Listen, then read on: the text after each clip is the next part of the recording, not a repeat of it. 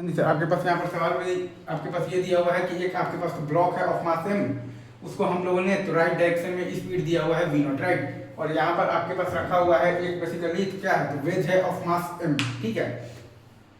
और ये सारा आपके पास सिस्टम रखा हुआ है बेसिकली स्मूथ हॉरिजॉन्टल सरफेस पर रखा हुआ है म्यू बराबर 0 पर। तो यहाँ भी म्यू बराबर 0 है और यहाँ भी म्यू बराबर, और यहाँ भी म्यू बराबर 0 है। ऑल सरफेसेज आर स्मूथ, सही है। तो हमें ये बताना है कि find the maximum height to reach by the block, right.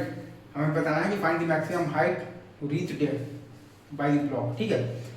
तो एक कॉन्सेप्ट हम लोग देख चुके हैं कि when the maximum height is reached by the block, तो उस टाइम पर क्या होगा, तो both the block and the wedge will have the common velocity is equal to vf।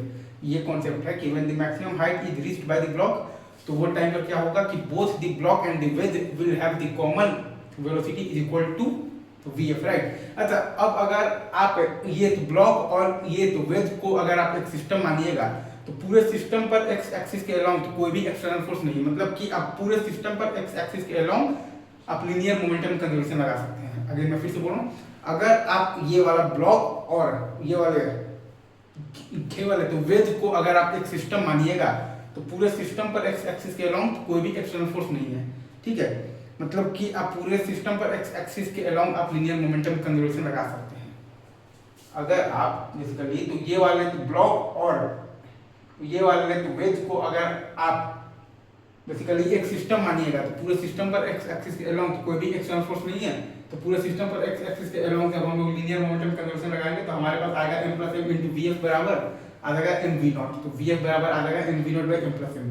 हमने लगाया है m plus m into vf बराबर mv नॉट, तो vf बराबर आ गया है mv not by m plus m, ठीक है।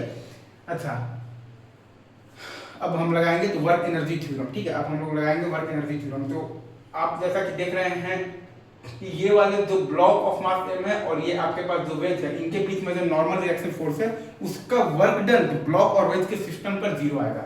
अगेन, ये वाला जो ब्लॉक ऑफ मास m है और ये वाला जो आपके पास जो वेज ऑफ मास m है, इन दोनों के बीच में जो नॉर्मल रिएक्शन फोर्स है, उसका वर्क डन ब्लॉक और वेज के सिस्टम पर 0 आएगा। तो क्या कह रहा हूँ, ये वाला जो ब्लॉक है और ये वाला जो आप मतलब कि आपके पास जो वेज है, इनके बीच में जो नॉर्मल रिएक्शन फोर्स है, उसका वर्क डन ब्लॉक और वेज के सिस्टम पर 0 आएगा। तो हमारे पास बेसिकली तो वर्क डन बाय दी खाली बेसिकली क्या आएगा, तो ग्रेविटेशनल फोर्स ही आएगा। तो माइनस mgh बराबर है half m plus m into m square into v naught square bye m plus m का होल स्क्वायर और माइनस हाफ m तो v नॉट स्क्वायर, राइट। हमारे पास यहाँ पर क्या है, तो work done by the gravitational force है हमारे पास बेसिकली माइनस mgh बराबर half into m plus m into m square into v naught square bye m plus m का whole square minus half m into तो v naught square. तो वहां से हमारे पास h बराबर आ गया है तो v naught square by 2g into m by m plus m। हमारे पास h बराबर क्या आया है, v naught square by 2g into आया है m by m plus m। Easy रखते हैं अभी यहीं पर, ठीक है।